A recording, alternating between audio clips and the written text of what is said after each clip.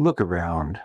Society is in trouble, and the powers that be are only making things worse. The COVID economy stole trillions of dollars from average people and redistributed these funds to billionaires and large corporations. At the same time, a massive corporate price gouging conspiracy in combination with cartoonishly lavish government spending has sucked the value right out of our American dollars, leaving most of us scrambling to make ends meet. Many people don't even realize there's a problem, because public discourse is so tightly controlled. It has to be, to prevent us from talking openly about the theft of our power and the loss of our freedoms. This manipulation of public discourse is comprehensive. It involves Google search, social media, and every major news outlet.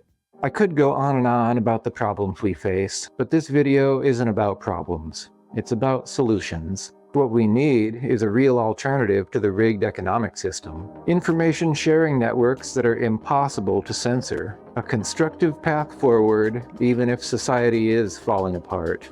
More than anything, what we need is a new story, an empowering story. So I put together Rstory, and now I'm going to tell you how Rstory changes the game. Right now, every news site you visit wants to know exactly who you are so they can profit from your personal data. And if they're collecting the data, predatory corporations and repressive regimes can easily use it against us. More generally, the online media landscape is dominated by companies that make their money from ads or from perpetually renewing subscription fees. Many online ads are essentially malware, and when every newspaper charges $10 a month, it quickly turns basic knowledge of the world into a luxury item. Rstory represents an entirely different model.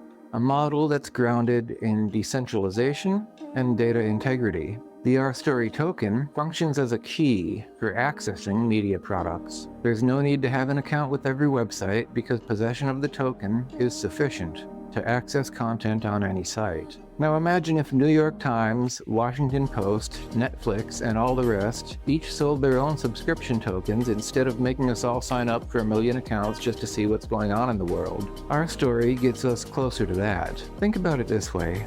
If you have an Rstory token, you can go to rstory.io and read my science fiction novels for free. The token has no expiration date, and it's entirely transferable, so you can send your token to a friend when you're done reading, and your friend can read the novels for free too. The content Rstory unlocks is stored on IPFS, which means it can't be censored or modified in any way by anyone. Now there are two ways to get Rstory at this point. You can buy tokens for EOS on Alcor Exchange, or you can get them directly from me. I'll be giving tokens away to other publishers who agree to make their digital products available to Rstory holders. These publishers can sell their tokens directly to readers or use the tokens in promotional campaigns. Beyond this, I plan to give Rstory tokens to project contributors and to people improving society in various other ways. In terms of governance, I'm running the show by myself for now, but my intention is to eventually hand control of the project over to the community.